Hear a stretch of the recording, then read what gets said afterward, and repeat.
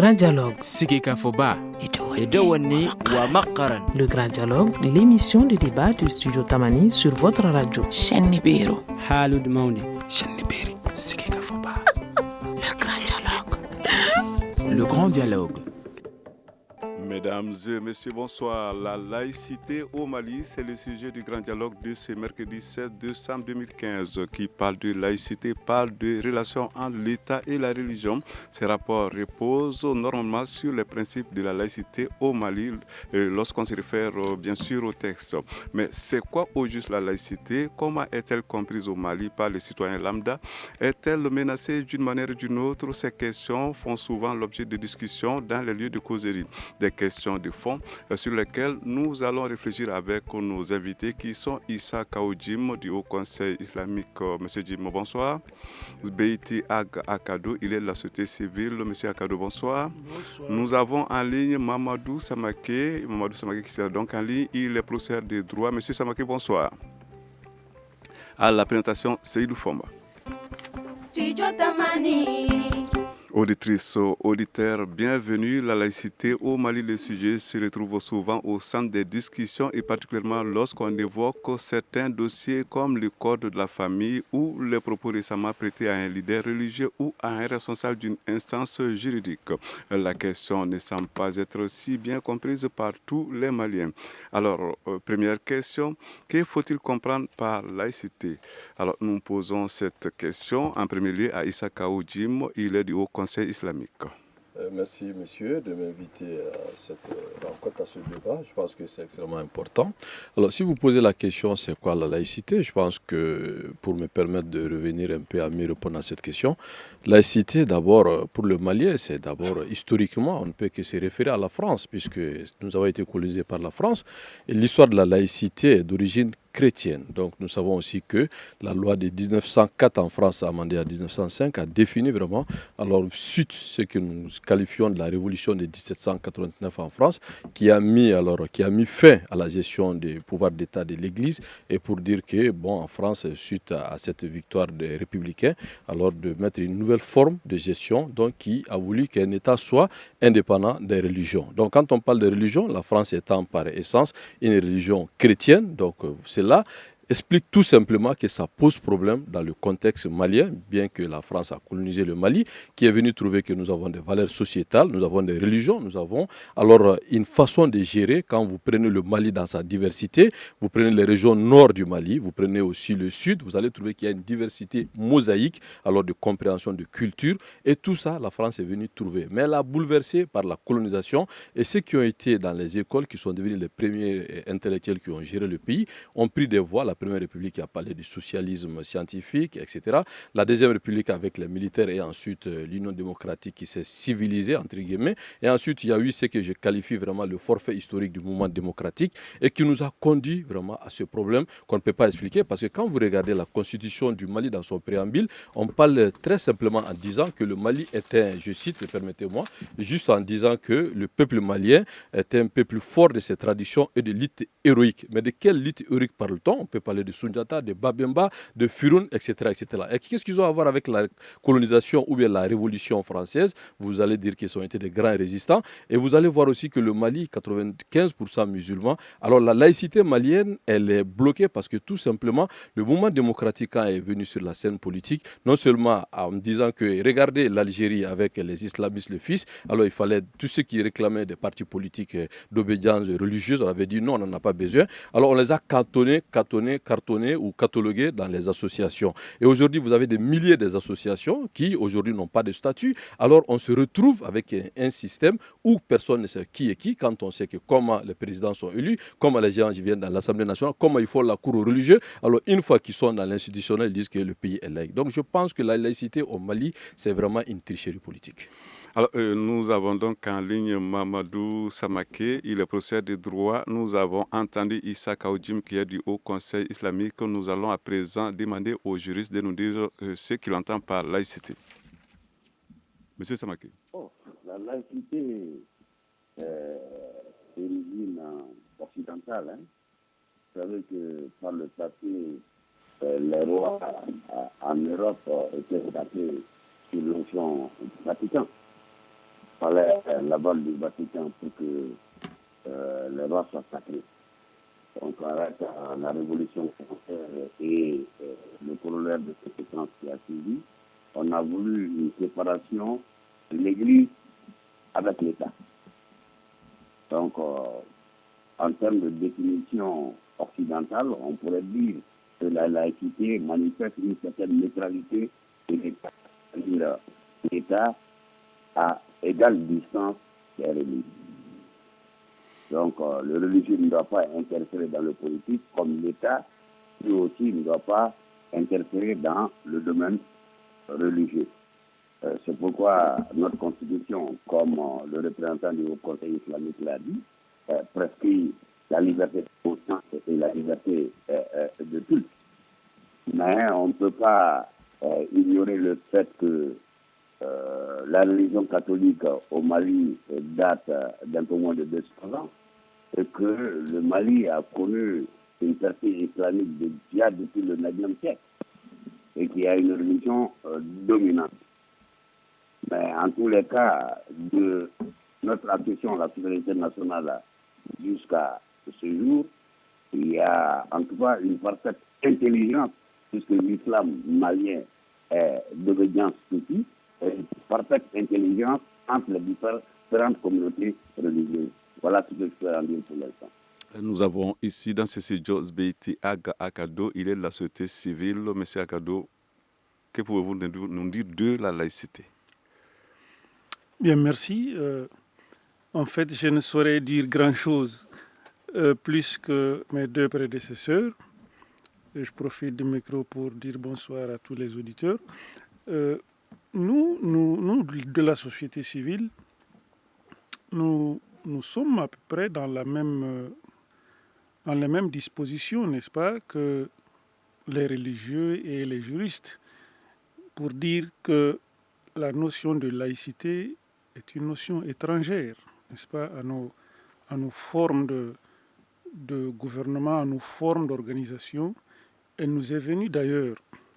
Et c'est pourquoi, c'est d'ailleurs ce qui explique un peu toute la confusion autour de ce concept, qui, comme les prédécesseurs l'ont dit, repose sur un principe qui veut que dans certains pays, on sépare l'Église de l'État, tout simplement.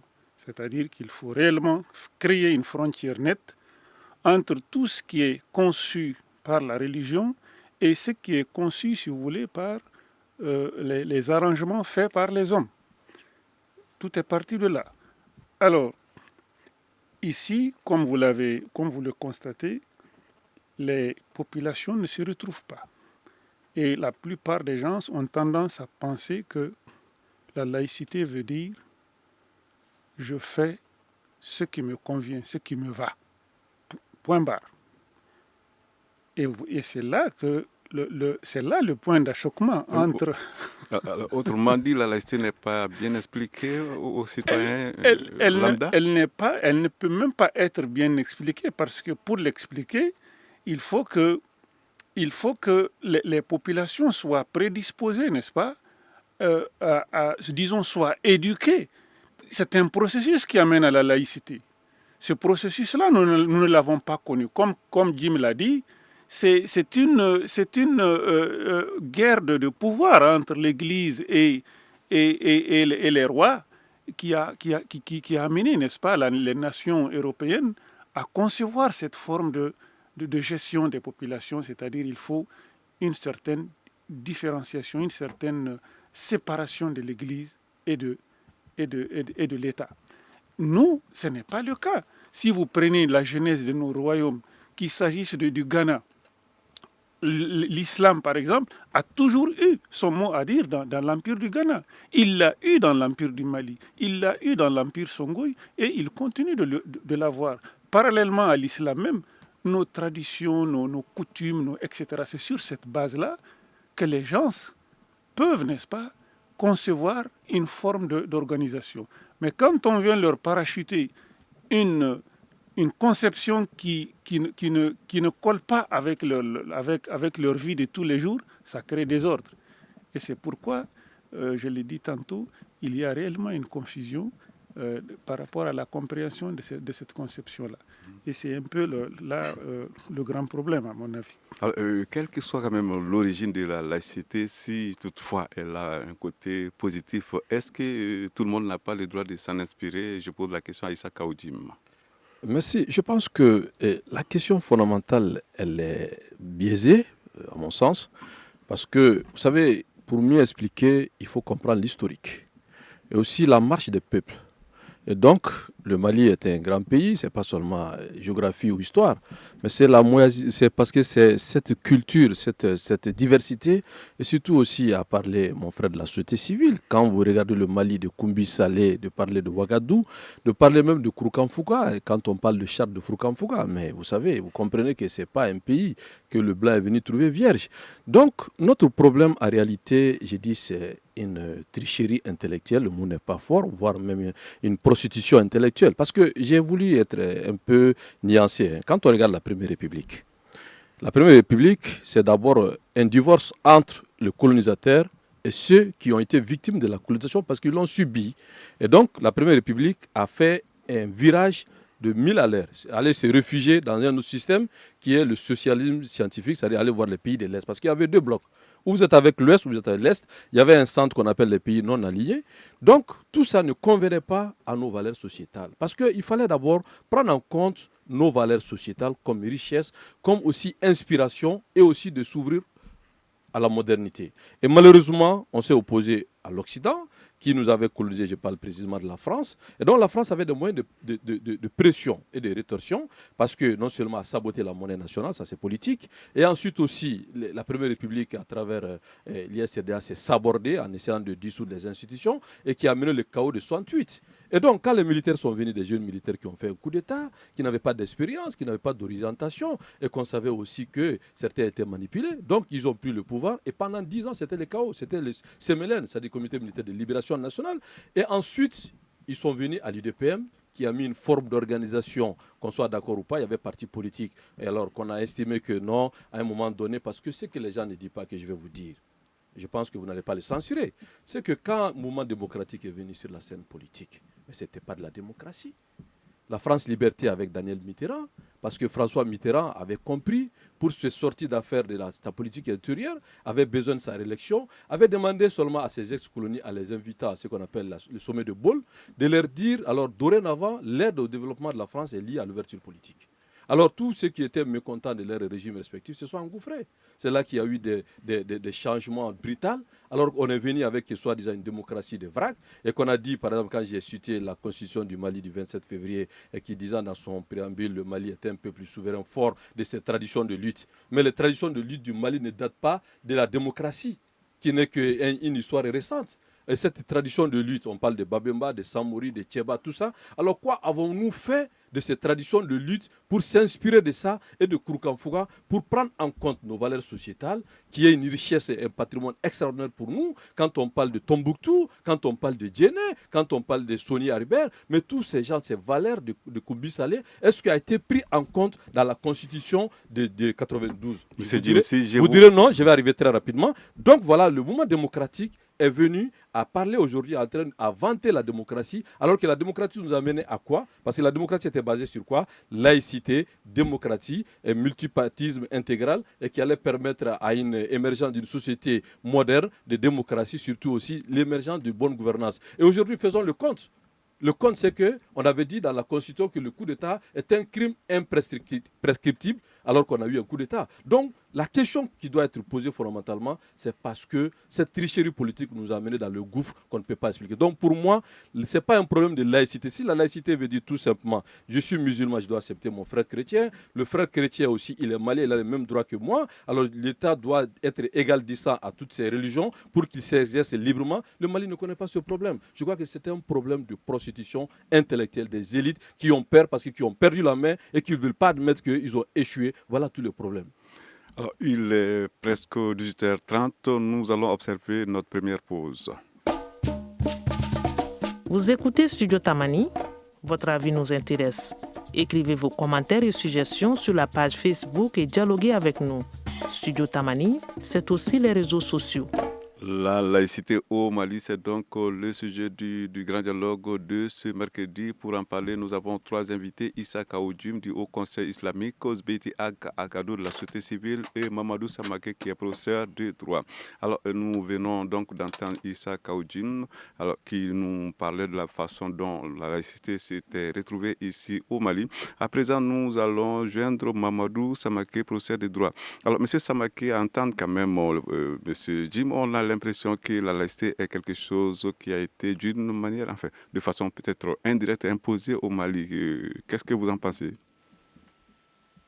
Bon, dans sa forme moderne, on peut dire qu'elle a été imposée, parce que toutes les trois constitutions du Mali, celle de la première, de la seconde et de la troisième République, prônent le Mali comme étant un pays laïque. Mais on ne peut pas quand même occulter l'histoire millénaire de notre pays. La religion musulmane, quand elle est intégrée à notre pays, déjà au 9e siècle de notre ère, donc 2 siècles après son avènement en Arabie, elle est venue trouver des valeurs de civilisation au Mali. On ne peut pas occulter le fait que Guéné-Guélo, c'est 250 ans avant Jésus-Christ. On ne peut pas occulter le fait que l'Empire du Ghana a commencé à partir du Mali. Il y avait déjà des religions traditionnelles qui ont bien cohabité avec l'islam. Donc la laïcité en tant que forme, si vous voulez, de gouvernement qui met les religions en parfaite intelligence a toujours existé au Mali. Je crois savoir qu'il n'y a pas de guerre de religion au Mali. Les chrétiens, les musulmans, les animistes vivent en parfaite intelligence. Mais maintenant, la laïcité comme forme hérité de l'Occident, bien entendu, on a dit, c'est d'abord une valeur occidentale. Je vous l'ai dit dans mon propos préliminaire que ces valeurs nous sont venues d'Occident parce que à l'origine, c'est le Vatican qui donnait l'onction aux différents souverains européens. Et c'est avec les différentes révolutions qu'on est arrivé au principe de la séparation de l'Église et de l'État. L'État doit jouer son rôle régalien de protection de la liberté de conscience de tout le monde et le religieux aussi ne doit pas interférer dans le domaine politique. Ça, c'est les valeurs occidentales. Donc l'État doit veiller à la liberté de conscience et à la liberté de culte de tout le monde. Oui, mais M. Samak, est-ce que la laïcité ne permet pas justement de renforcer tout cela? La laïcité, bien entendu, permet de renforcer tout cela. Ça a existé au Mali bien avant les constitutions occidentales, dites républicaines que nous avons connues. La République n'est pas une valeur malienne. Alors, nous retournons donc dans ce studio pour donner donc la parole à Kozbeti Agadou, qui est donc de la société civile. Dites-nous, monsieur Agadou, doit-on finalement penser que la laïcité, dans le contexte malien, c'est quelque chose d'artificiel? Artificiel, c'est peut-être trop dire. Il faut simplement préciser les choses. Il faut simplement faire comprendre aux décideurs, tout comme aux populations, que cette laïcité qui repose sur un certain nombre de vécus des Européens n'est pas forcément applicable chez nous à la lettre, n'est-ce pas? Tous les pays du monde, tous les systèmes dans le monde entier, il y a des modèles, n'est-ce pas, nouveaux ou anciens, qui se recoupent d'une manière ou d'une autre. La gestion des hommes est presque la même partout, sauf que chaque peuple a ses spécificités, et c'est sur ces spécificités-là que les gouvernants se reposent, se fondent, n'est-ce pas, pour orienter, pour tenter de trouver la meilleure forme. Malheureusement, c'est ce qui n'est pas arrivé chez nous. On a trouvé des modèles déjà fabriqués et on a tenté de les implanter chez nous. Sinon, la laïcité, pensée comme un modèle ou un modèle, si vous voulez, fruit d'un consensus national, est une bonne chose. Et c'est ce consensus-là qui a prévalu quelque part en Europe, quelque part, n'est-ce pas, dans les pays occidentaux. Est-ce que ce consensus-là a eu lieu chez nous ici? Je ne suis pas sûr qu'il y ait eu de grands rassemblements, de grandes réflexions sur la laïcité chez nous ici au Mali. c'est un terme qui est venu comme ça.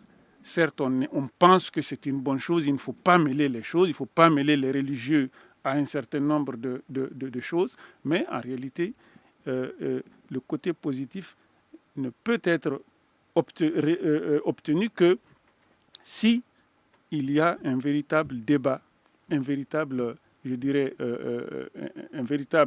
une conférence en quelque sorte, ou si vous voulez, une sorte de concertation nationale sur ce problème-là qui, à mon avis, peut servir quand même de modèle, peut servir à quelque chose. Alors, Issa Kaoudim, je crois qu'il n'est dit nulle part qu'il faut appliquer la laïcité au Mali tel qu'on le fait en France. La laïcité, est-ce qu'elle ne peut pas être adaptée aux réalités du milieu? Par exemple, la laïcité au Mali, l'adapter aux réalités maliennes, c'est bien faisable, non? Si vous me permettez de faire une analyse de fond, parce que vous savez souvent, quand on veut orienter les questions, elle est vite répondue. Moi, ce que je vais vous dire, d'abord, quelle est la place de l'éducation islamique, le Coran, qui est l'une de nos valeurs ici? L'Imina juriste en a parlé, l'autre a parlé. Depuis 2 siècles après l'avènement, sinon moins, de l'islam en Arabie, le Mali fait partie l'un des pays rares du continent à embrasser cette religion. Et donc, dans le domaine public, on considère ça comme étant tout simplement, alors pour les musulmans, donc c'est religieux. Alors que nous savons que pour les pays qui à 95%, et comment vous pouvez intégrer un système éducatif qui ne prend pas en compte des valeurs religieuses et que vous ne vous attendez pas à accoucher des monstres. Je vais vous dire aujourd'hui, pourquoi aujourd'hui la laïcité malienne n'est qu'une tricherie politique. Parce que l'Occident défend des valeurs judéo-chrétiennes et ceux qui ont fait des études classiques, rares sont ceux qui ont une formation religieuse d'accompagnement. Quelqu'un disait laïcité, séparation de l'État de l'Église. Mais écoutez, où parle-t-on? Parlons seulement de la France. C'est spécifique à la France. Vous allez voir des pays scandinaves, il y a des partis d'obédience religieux. Vous allez voir le Vatican, le Saint-Siège, mais le Saint-Pape, il a le statut de chef de l'État. Il est reçu dans les assemblées, il est reçu dans les Sénats, il est reçu comme chef d'État, il tient des discours politiques, il se prononce sur toutes les questions. Alors, pour les religieux dans les pays dominants, on dira que non, il ne faut pas que le religieux se mêle de la politique. Mais en réalité, l'Occident s'est toujours braqué, s'est toujours opposé à l'islam d'une façon déguisée ou d'une façon institutionnelle. Parce que vous ne pouvez pas imposer un système à un pays qui est 95% religieux et qui ne prend pas en compte ses valeurs sociétales. Vous avez parlé de l'Asie. L'Asie, c'est la démocratie. Vous prenez l'Asie, un pays comme le Japon, c'est une démocratie, mais pourtant, ils prennent en compte leurs valeurs sociétales. Vous allez prendre des pays comme sous-continent, l'Inde, c'est une démocratie, mais ils ont des valeurs qui prennent ça en compte. Et quand on vient chez nous, on dit non, c'est la constitution jacobine de la France, c'est le système français qui est imposé. Le virgule n'est pas changé. Donc, quand vous regardez les institutions, vous avez le président de la République, vous avez l'Assemblée nationale, vous avez etc., etc. Mais le rôle, le statut de l'imam dans tout ça, il n'y a pas de statut. Le chef tradition, le chef de village, le chef de quartier, que toutes ces institutions sont couchées ici devant nous tous, à la suite de ce que j'ai qualifié de cette farce démocratique. Mais ils se sont donné alors tous les moyens, ils ont contrôlé l'économie, ils ont pillé dans les caisses de l'État, alors ils se sont enrichis sur le dos, sur la misère du peuple. Et aujourd'hui, on nous parle de la menace alors des religieux sur la scène politique. On est là à tricher. Je vais répondre à votre question. C'est que tant qu'on ne remet pas en cause de foi en comble, il a parlé d'état général, d'état généraux, il a parlé de... Moi, je dis seulement de faire l'état de la nation. Parce qu'aujourd'hui, après 55 ans, on s'est rendu compte qu'on s'est planté. Et tout le monde est d'accord que le système s'est arrêté. Alors, qu'est-ce qu'il faut faire? Moi, je ne crois pas à la laïcité française, mais je crois qu'une forme de démocratie qui prend en compte nos valeurs sociétales, le juriste l'a dit, le Mali est laïque d'essence parce que s'il s'agit de dire que je suis musulman, l'autre est chrétien, l'autre est animiste, cela n'a jamais posé problème au Mali. Mais ce qui pose problème au Mali, c'est la gestion catastrophique des élites qui ont échoué, qui ne veulent pas admettre que le système politique qui sont à la base de ce chaos, qui doivent se remettre en cause, qu'on se regarde droit yeux dans les yeux pour dire que c'est notre pays, c'est notre bien commun, et de s'asseoir et en intelligence de dire ce qui n'a pas marché et de faire le mea culpa et que chacun reconnaît sa part de responsabilité. C'est à ce seul prix que nous trouverons vraiment les voies au moyen de sortir de ce gouffre. Sinon, le problème de la laïcité, comme défini par le système judéo-chrétien, ne marchera pas au Mali. Alors, professeur Samake Mamadou Samake, vous êtes donc en ligne. Dites-nous, le fait que telle ou telle religion est pratiquée par la majorité écrasante de la population d'un pays peut-il rendre difficile l'exercice de la laïcité? Non, je ne crois pas. Je ne crois pas. Je vous l'ai dit, que le Mali a connu l'islam 2 siècles seulement après son avènement en Arabie. Et cet islam est venu trouver des religions traditionnelles. Ils ont cohabité juste maintenant. Et la religion chrétienne existe au Mali depuis moins de 200 ans. Il n'y a jamais eu de guerre entre les différents cultes religieux au Mali. Il y a des protestants qui font leur culte. Il y a des catholiques qui font leur culte. Il y a des musulmans et même au sein de l'islam, il y a, comment dirais-je, des soucis, il y a, comment dirais-je, des sunnites, liés aux wahhabites.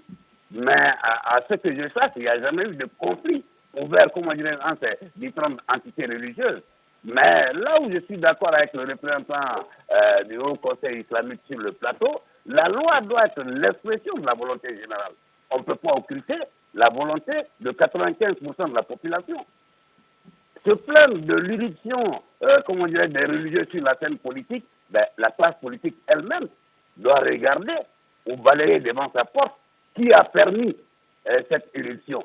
C'est parce que le politique n'a pas su jouer son rôle, il n'a pas su prendre en compte les préoccupations des populations, ce qui a fait que le religieux s'est substitué, au politique. Regardez tout le tollé qu'il y a eu autour du code de la famille.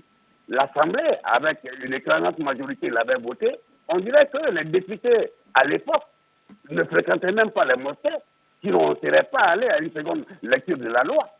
Et depuis la crise multidimensionnelle qu'on connaît depuis 2012, quel a été le rôle de la classe politique? C'est les religieux qui sont en train de s'occuper du problème. Donc, la classe politique, elle doit s'en prendre à elle-même. La plus haute autorité de l'État, quand il commence ses discours, il commence par quoi? Bismillah Rahman Rahim, Allah subhanahu wa ta'ala. Ça vous donne quoi? Alors, nous retournons donc dans ce studio bientôt, dans moins de 2 minutes, dans 3 minutes, il sera donc 18h45. Je crois qu'on va observer la deuxième pause avant de poursuivre ce débat. Une réaction, Un avis, Un commentaire. réagissez sur la page Facebook de Studio Tamani et restez connectés avec nous.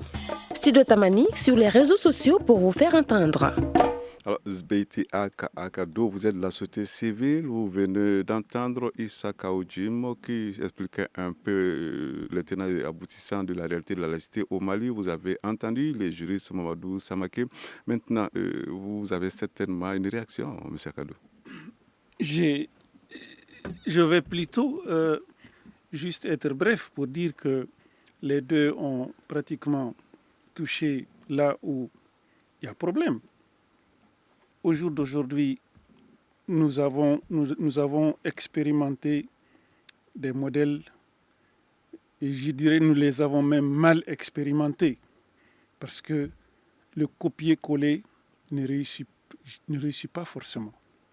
On l'a essayé, on a mis des institutions à l'image de l'Occident, qu'elles soient les institutions de justice, qu'elles soient les institutions de l'exécutif, en ignorant tous les fondements, n'est-ce pas, qui nous ont amenés là aujourd'hui, qui ont fait la civilisation malienne, pour être précis sur le Mali. Donc, après avoir expérimenté tout cela, nous sommes en face d'un échec, et cet échec doit nous interpeller pour dire qu'au lieu de regarder la laïcité sous l'angle de l'Occident, il est bien aujourd'hui que nous disions tout simplement, précisons les rôles, sinon les pouvoirs des uns et des autres. Le religieux doit savoir n'est-ce pas? Ça, c'est dans un débat aussi, dans un grand forum. Chacun doit savoir ce qu'il a à faire. On peut le préciser. On ne peut pas forcément ressembler à l'empire du Ghana ou à l'empire du Mali, mais au jour d'aujourd'hui, compte tenu des réalités d'aujourd'hui, nous avons l'obligation de nous asseoir et de préciser qu'est-ce qui revient aux religieux, qu'est-ce qui revient aux politiques, et ensemble, nous allons tracer une voie, n'est-ce pas? Les relations entre les deux, est-ce que le religieux doit se prononcer sur telle ou telle question? Tout cela peut s'arranger dans une sorte de consensus, et je pense que c'est ce qui nous reste et c'est ce qui peut nous sauver aujourd'hui. Sinon, le chaos dans lequel nous tournons ne nous amènera nulle part. L'État est, à ce que je sache, quand même le garant de la laïcité et veille-t-il au bon fonctionnement de ces principes? Il me semble personnellement qu'il est quand même l'État bien flexible sur la question à bien d'égards, M. Jim. Mais écoutez, je crois qu'il ne faut pas que nous faisons semblant. Parce que dans ce pays, on fait semblant. Je crois que le très libéral juriste a parlé. Moi, je sais que je vais vous dire. Quand il y a eu la crise, comme il a si bien dit, multidimensionnelle, qui a amené le 2/3 de notre pays a été occupé par des soi-disant qu'on qualifie de tous les mots. Moi, je pense que le problème, en réalité, le pays n'a même pas été occupé. Le pays a été abandonné. L'expression est politique, peut-être que si j'ai le temps, je peux développer. Mais la question que je vais vous répondre, c'est que aujourd'hui, le problème au Mali, c'est quoi? Quand des gens qui s'abritent derrière des terminologies terroristes, djihadistes, islamistes qui sont venus attaquer ceci, cela, mais écoutons, qu'on arrête d'instrumentaliser, de prendre des gens comme des gens qui ne comprennent rien. En réalité, le problème est plus complexe. On sert d'appât d'alibi et pour essayer de diaboliser les musulmans. Si des prétentieux sont venus occuper avec d'autres acteurs qui sont venus qui ont occupé le nord, cette crise est multidimensionnelle. Mais le côté religieux, je vais m'appuyer sur ça pour répondre à votre question. Quand il y a eu la crise au nord, qui s'est généralisée avec le coup d'État que nous connaissons tous, le rôle des religieux, on en a parlé. Mais il y a un aspect du religieux qu'on n'a pas parlé. Le Haut Conseil islamique a demandé ici à tous les Maliens et les musulmans de sortir pour comprendre d'abord le processus d'élection et de sortir massivement pour voter. Et on choisit un candidat qui est aujourd'hui à la tête de l'État, son Excellence Ibrahim Boubacar Keïta, qui a gagné sans le soutien de cette communauté musulmane, il ne sera pas là. Il n'a pas ce parti politique qui pouvait l'amener là où il est. Et nous le savons tous. Et pourtant, ça n'a rien changé. Nous n'avons pas demandé de remettre en cause les institutions, nous n'avons pas demandé de remettre en cause la laïcité, mais nous avons dit que nous soutenons le président de la République pour deux raisons simples. La première raison, s'il est reçu, c'est le peuple qui est reçu, parce qu'aujourd'hui, nous devons tous conjuguer nos efforts pour arrêter ceux qui veulent se servir de l'islam pour créer le chaos. Alors, si on est d'accord sur ça, est-ce que vous pensez qu'il est responsable que la structure fêtière qui est le Haut Conseil islamique, qui est l'interface entre le pouvoir et la communauté musulmane, n'ait pas son mot à dire sur des questions nationales et pour prendre une position dans un cadre constitutionnel ou institutionnel? Alors, s'il parle dans un domaine religieux, on dit qu'il outrepasse alors ses prérogatives ou alors il est en train de se mêler de quoi? Mais je pense qu'aujourd'hui, c'est le problème. Quel est le statut? Vous pensez qu'aujourd'hui, une communauté, 95%, qui se regroupe pour élire quelqu'un à la tête de cette structure pour parler à leur nom, alors que le président de la République a un statut, le président de l'Assemblée nationale a un statut, tous les présidents des institutions ont des statuts, même le gouverneur a un statut, et vous pensez que même l'Église catholique a un statut, parce qu'ils sont couverts par un cadre juridique qui relève du Vatican, et vous pensez que le président du Haut Conseil islamique au Mali, 95% musulmans, ne doit pas avoir un statut, et au nom de la laïcité.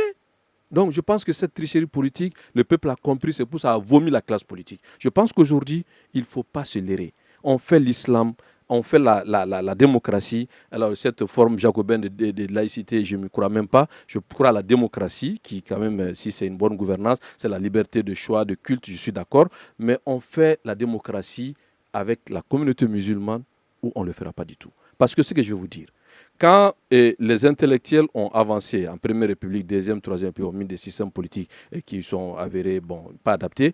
Mais aujourd'hui, vous avez des imams qui ont des doctorats, qui ont des masters, qui ont des licences, qui parlent arabe, qui parlent anglais, qui parlent français, qui comprennent le système politique, qui connaissent le système jacobin, qui connaissent le fonctionnement de l'État. Et vous pensez que ces gens-là vont vous laisser voir en train de faire, alors torpiller et puis faire de la diversion au nom de la laïcité, parce que les gens savent la question fondamentale. On ne l'a jamais posée.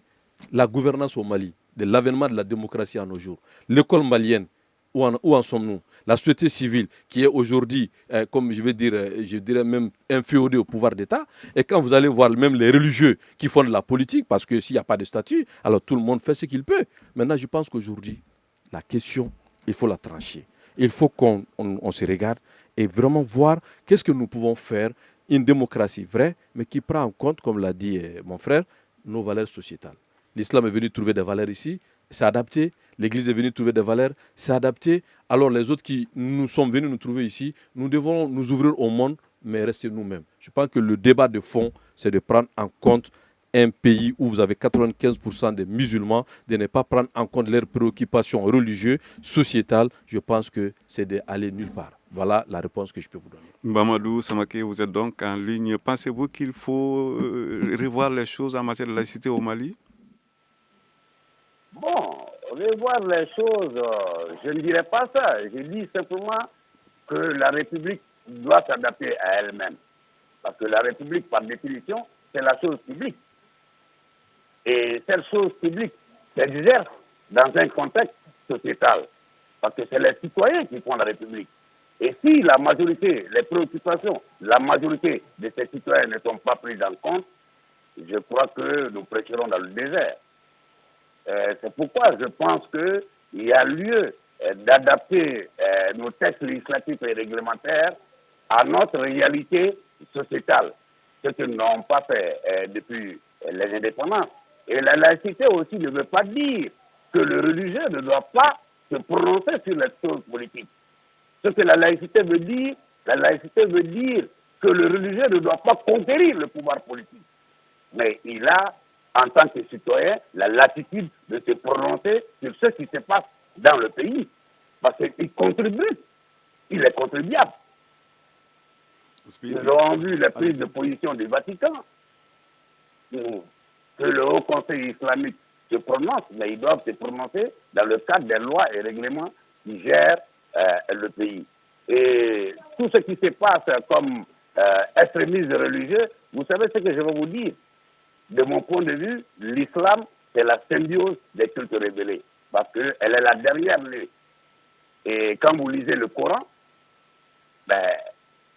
40% sont d'obédience judaïste, 40% sont d'obédience chrétienne. L'apport de Mahomet, de mon propre point de vue et de ma compréhension, c'est 20%. Donc, il est précis dans le Coran, tu ne tueras point.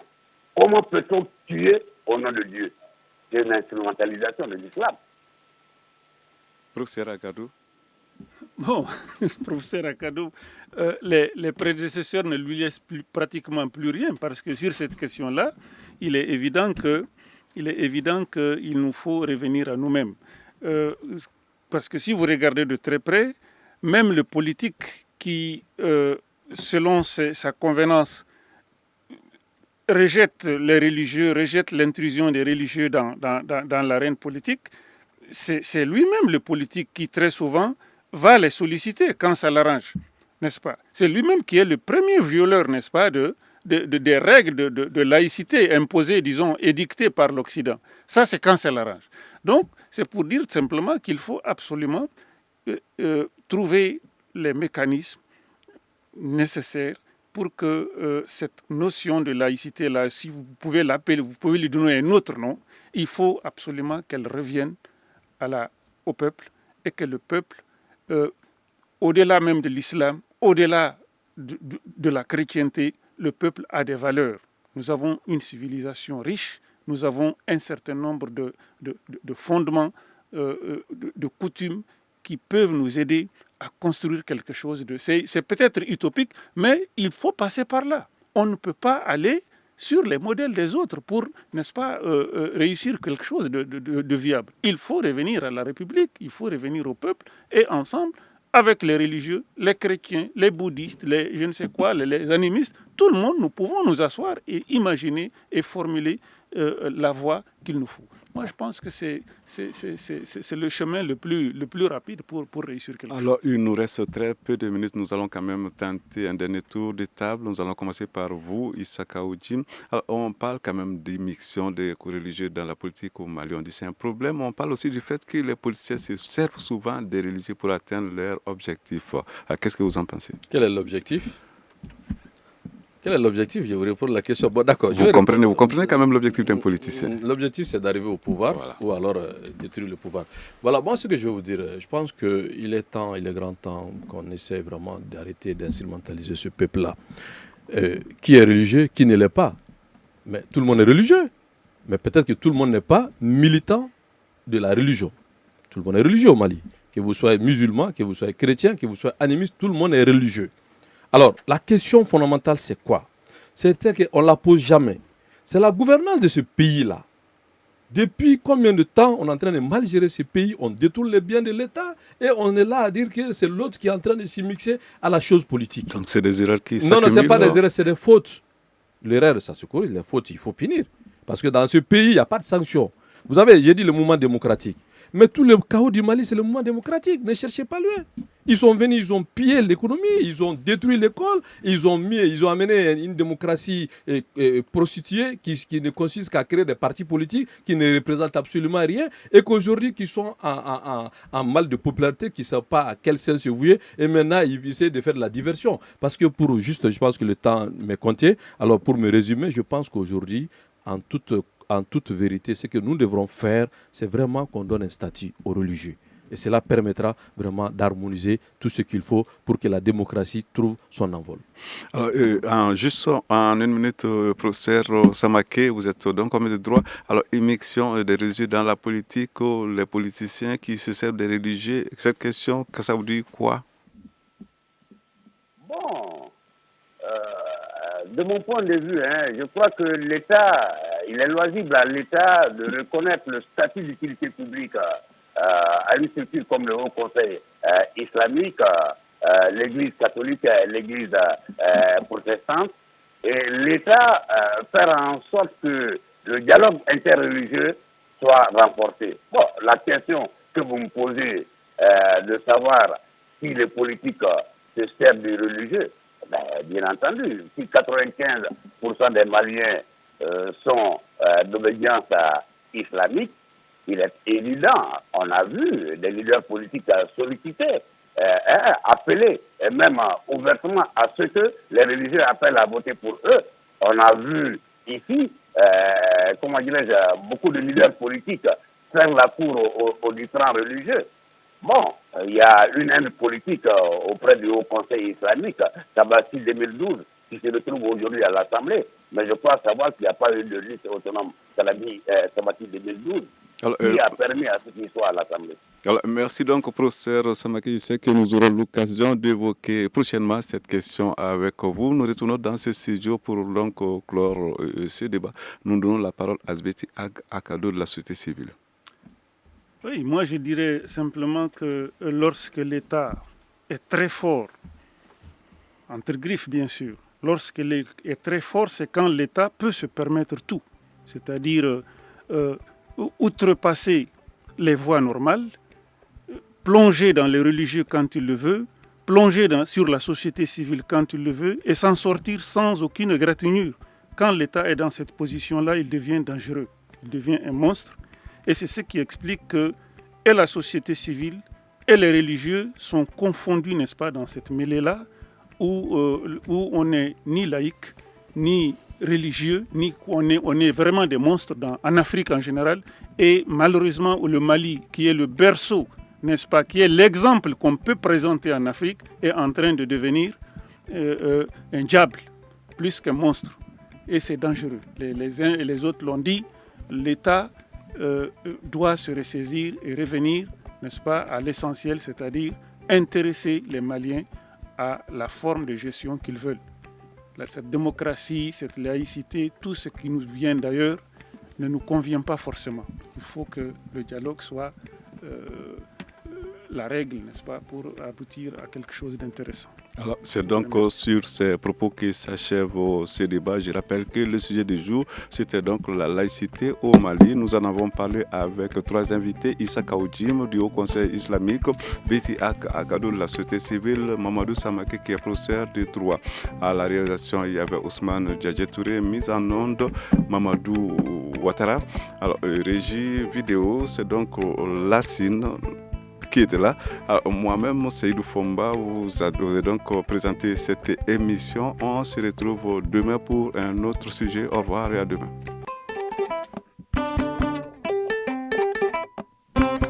Le grand dialogue. Le grand dialogue, l'émission de débat du studio Tamani sur votre radio.